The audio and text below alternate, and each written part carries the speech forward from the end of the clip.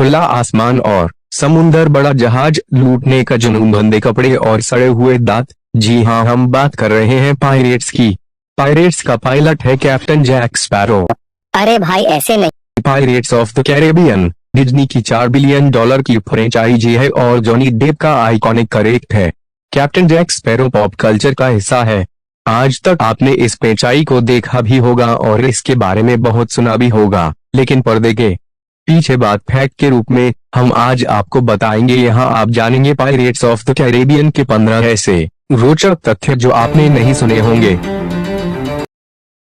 इस फ्रेंचाइजी की सबसे पहली मूवी बनाने का ख्याल डिज्नी ने 1990 में ही कर लिया था, जहां कुछ रिपोर्ट के हिसाब से जुरासिक पार्क के डायरेक्टर है स्टीवन स्पीलबर्ग को भी इस मूवी को डायरेक्ट करने के लिए अप्रोच किया जा रहा था, जो कि बेसिक इस मूवी में से जादुई और सुपरनैचुरली एक सपाट को हटाकर एक straight forward historical pirate movie बनाना चाहते थे, जो एक्शन से भरपूर होता है। पर डिज्नी, जो अपनी ज्यादातर मूवी में जादू के लिए जाना जाता है, उसे यह आइडिया पसंद नहीं आया और यह प्लान कैंसिल हो गया। एक वक्त ऐसा भी आया था जब डिज्नी इस मूवी को डीवीडी के लिए बनाना चाहती थी, पर उन्होंने बाद में डिज्नी की ही एनिमेटेड मूवी अलादीन के राइटर टेड इलियट और तेरी रोजियो से बात की, जिसके बाद उन्होंने कहानी लिखी और गोर वेराहिस्की ने इसे डायरेक्ट करने का जिम्मा उठाया और फाइनली 2003 तक यह मूवी बनकर तैयार हुई।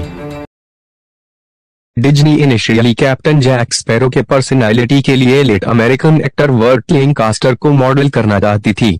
वहीं पर कुछ रिपोर्ट्स के हिसाब से इस मूवी के ऑस्ट्रेलियन स्क्रीन राइटर स्टुअर्ट बेटी ने इसे लिखते समय हू जैकमैन का इंप्रेशन लिया और हू जैकमैन के नाम पर इस कैरेक्टर का नाम जैक रखा, उससे कि वह इस रोल को करेंगे। पर हू जैकमैन उस समय कैबिनिस्ट एक्टर नहीं थे और जाहिर सी बात है डिज्नी उन्हें कभी हायर नहीं करता, पर फिर भी मैं मानता हूं अगर उन्हें यह पार्ट दिया जाता तो बहुत अच्छा कर जाते। एग्जाम्पल के रूप में उनकी 2015 की मूवी पेन को ही ले लीजिए, जिसमें उन्होंने ब्लैक बेट का रोल निभाया था। अब चलिए बात करते हैं ओल्डर डॉर्फ ब्लूम की, कलेक्टर विल टेंडलर के बारे में, जिसने अपने उस्ताद कैप्टन जैक स्पैरो का बहुत ज्यादा साथ निभाया है, दश इतना कि वह चौथी मूवी में देखा ही नहीं।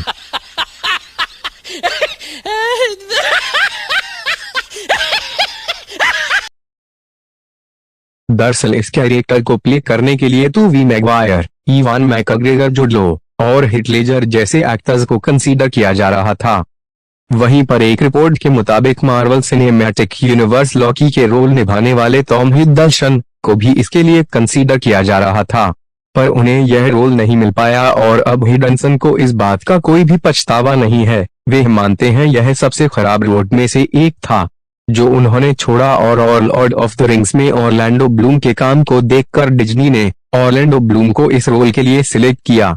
मेरे हिसाब से यह जो भी हुआ अच्छा हुआ, क्योंकि शायद लॉकी का रोल टॉमी हिडलस्टन से बेहतर और कोई नहीं कर पाता।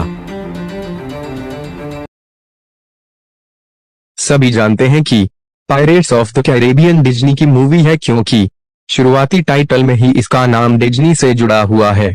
पर फिर भी इस सीरीज को अपना क्लेम करने के लिए डिज्नी ने इस सीरीज में कई सारे मिक्की माउस के स्ट्रैक्स घुसरे हुए हैं, जिन्हें आपने ध्यान से देखा होगा, तभी यह आपको समझ में आया होंगे।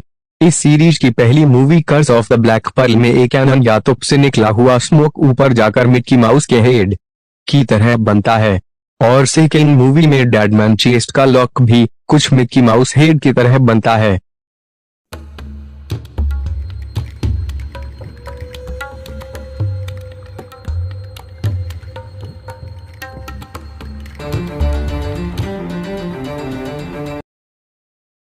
चलिए बात करते हैं इस मूवी के कुछ सेट और शूट लोकेशन के बारे में, जहां पर इस मूवी को शूट करने के लिए अलग अलग कई रिमोट लोकेशन का इस्तेमाल करना पड़ा। कई बार बीच समुंदर में शूटिंग करनी पड़ी और कई बार कुछ सेट बनाने पड़े। माइसेज की पहली मूवी कर्स और द ब्लैक बल के लिए करीबन पे एक वोल्कानिक आइलैंड सेंट विंसेंट का सहारा लेना पड़ा, जहां पर इस मूवी की ज्यादातर शूटिंग हुई थी। पेट्रोल और टोटलाइजेशन सेट यहीं पर बनाए गए थे और तो और यहाँ के नेटिव लोगों को क्रू मेंबर्स और एक्स्ट्रास के रूप में भी दिया गया था। और अब यह जगह पायरेट्स ऑफ द कैरेबियन के फैन के लिए टूरिज्म है और उन सारे के सारे सेट को अब तक प्रिजर्व करके रखा गया है। वहीं पर डेडमैन चेस के लिए आइलैंड और डोमिनिका का इस्तेमाल किया गया, जो बेसिकली इतना ज्यादा भंजर था कि वहां पर शूटिंग करने से पहले डिज्नी को क्रू मेंबर्स के लिए रोड तक बनवाने पड़े। और इस आइलैंड पानी के बीच में होने के कारण कई बार सप्लाई जो और क्रू मेंबर को बोट और प्लेन के थ्रू लाया और ले जाया जाता था। वहीं पर Curse of the Black Pearl के खजाने वाले गुफा के लिए तकरीबन 100 लोगों ने मिलकर उसे 5 महीने के अंदर अंदर बनाया था, और यह बेसिकली एक पूरी तरह से सेट था। अब जाहिर सी बात है, जब शूटिंग रियल लोकेशन पर होगी तो रियल खतरे होंगे, इसलिए Curse of the Black Pearl के लिए रात में किए जाने वाले एक शूट के दौरान एक बोट का एक्सीडेंट हो गया, जिसमें इस मूवी की लीड एक्टर कियारा नाइटली और उनकी मां दोनों थी। बेसिकली रात होने के कारण क्रू मेंबर्स को क्रू रीप नहीं दिखी और वह उनसे जाकर टकरा गए। वह तो अच्छा था कि किसी को चोट नहीं आई और वे सेफली बच गए। अब आप सोच रहे होंगे कि कियारा नाइटली की मां उनके साथ क्या कर रही थी, क्या वह भी इस मूवी में शामिल थी? तो दोस्त ऐसा नहीं है। बेसिकली कियारा नाइटली इस मूवी के दौरान सिर्फ और सिर्फ 17 साल की थी और लीगली एडल्ट नहीं थी, जिसके कारण शूट के दौरान उनके किसी अपने का उनके साथ होना जरूरी था। इसीलिए शूट के दौरान उनकी मां उनकी हर जगह साथ रहती है। Curse of the Black Pearl के अनडेड क्रू मेंबर का सीन आपको याद ही होगा। बेसिकली इसी वजह से 2003 की movie the Lord of the ring the return of the king को बहुत ज्यादा दिक्कत झेलनी पड़ी, क्योंकि मूवी में एयर गन की आर्मी भी इसी स्टैंडर्ड से बहुत ही ज्यादा सिमिलर दिखने वाली थी, पर डिज्नी ने अपने डिजाइन को पहले ही फाइनलाइज कर लिया था। इसी कारण लॉर्ड ऑफ द रिंग को अपने डिजाइन को बदलना पड़ा और अपने आर्मी ऑफ अनडेड को थोड़ा अलग दिखाना पड़ा। चलिए अब बात करते हैं जैक स्पैरो की विंटेज किंग और आइकॉनिक स्टाइलिश पिस्टल के बारे में। शायद आपको जानकर हैरानी हो, पर असलियत में यह एक रियल 80 से चोरी प्रिंट लॉक सिस्टम है, जिसे मूवी के लिए फिल्म मेकर्स द्वारा खरीदा गया था। अब यह यदि इतनी पुरानी पिस्टल है तो यह भी हो सकता है कि यह पिस्टल किसी और पायरेट की हो। यदि आप इस सीरीज के सच्चे वाले फैन हैं, आपने यह बात जरूर एहसास किया होगा। पायरेट्स ऑफ द कैरेबियन की पहली मूवी का जादू इसकी बाकी की आने वाली मूवी में फीका पड़ गया। भले ही यह मूवी बहुत कम आती और इनकी सीक्वल पर सीक्वल आती, पर सच तो यह है कि मूवी क्रिटिकली उतना अच्छा परफॉर्म नहीं कर पाती, और इन सब के पीछे है सबसे बड़ा कारण डिज्नी। इसके फिक्स शेड्यूल और टाइमलाइन के चलते इन मूवी के स्क्रिप्ट को बहुत ज्यादा रश किया गया और मूवी को रिलीज करने की जल्दबाजी में डिसेंट स्टोरी लाइन और हाई विजुअली इफेक्ट से काम चलाना पड़ा। पर फिर भी यह मूवी हम फैंस को बहुत ज्यादा पसंद आई और यह हमेशा हमेशा के लिए हम फैंस के बीच में यादगार बन गई।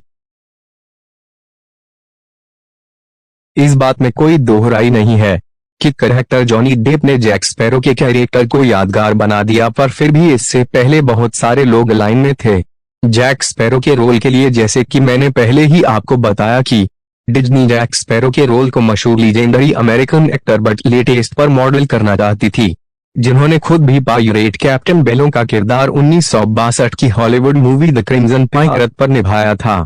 डिज्नी इनिशियली और मैथ्यू मैकेनिक जो को चुनना चाहती थी, पर यह हो नहीं पाया। इसके अलावा मशहूर American actor Robert De Niro को भी इस रोल के लिए अप्रोच किया गया था, पर रोल अल्टीमेटली जॉनी डेप को गया। मुझे यह बात सुनकर ही बहुत अमेजिंग लगा कि जिम कैरी को भी इस रोल के लिए अप्रोच किया गया था, और जब जॉनी डेप जैक स्पैरो की रोल की यह हाल कर चुके हैं तो जिम कैरी क्या करते हैं। जैसा कि हम सब जानते हैं, जॉनी डेप एक मेथड एक्टर है और अपने अलग अलग रोल को निभाने के लिए वे अलग अलग एक्सपेरिमेंट करते रहते हैं। इसी कारण उन्होंने इस कैरेक्टर को डिज्नी के खिलाफ अपनी हिसाब से डेवलप किया, और कुछ रिपोर्ट के हिसाब से उन्होंने इस रोल के लिए रोलिंग स्टोन के गिटारिस्ट कीथ रिचर्ड्स और लोनी ट्यून के कैरेक्टर पिकली प्यू, जो बेसिकली एक स्कंक है, उसके कैरेक्टर को मर्ज करके बनाया। और इसी चीज इम्प्रेस होकर कीथ रिचर्ड्स ने खुद Pirates of the Caribbean At World End movie में जैक स्पैरो के पिता कैप्टन टेक का रोल निभाया।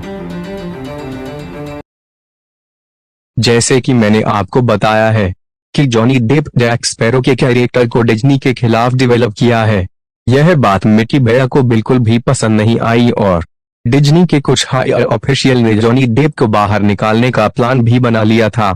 उन्होंने खुद एक इंटरव्यू में यह बात मानी कि कई बार डिज्नी ऑफिशियल इनके काम में दखलंदाजी करते थे और कई जगह और ऑफिशियल सबटाइटल ने ट्रैक्टर के बोलने के मायने ही बदल दिए। यदि आपको कोई पूछे दुनिया की सबसे महंगी मूवी कौन सी बनी है, तो आप शायद कहेंगे अवतार या फिर एंड गेम, मगर अवतार एक समय तो सबसे महंगी मूवी थी, बट इसका रिकॉर्ड तोड़ा पायरेट्स ऑफ द कैरेबियन की चौथी फिल्म ने, जिसे बनाने में तकरीबन $378.5 मिलियन लगे, जिसका रिकॉर्ड आज तक कोई और मूवी नहीं तोड़ पाई है। और अवतार का टोटल बजट था $246 मिलियन, और वही अगर बात करें एंड गेम की तो एंड गेम का बजट $356 मिलियन था, यानी एंड की सबसे महंगी मूवी होने से सिर्फ $30 मिलियन पीछे था, पर फिर भी कमाई के मामले में यह दुनिया की सबसे बड़ी मूवी साबित हुई। दोस्तों, हम सब जानते हैं कि किसी ना किसी फेमस कहानी या फिर अपने द्वारा बनाए गए किसी ओरिजिनल कहानी पर ही मूवी बनाता है। पायरेट्स ऑफ द कैरेबियन की पहली movie Curse of the Black Pearl की ओरिजिनल कहानी थी।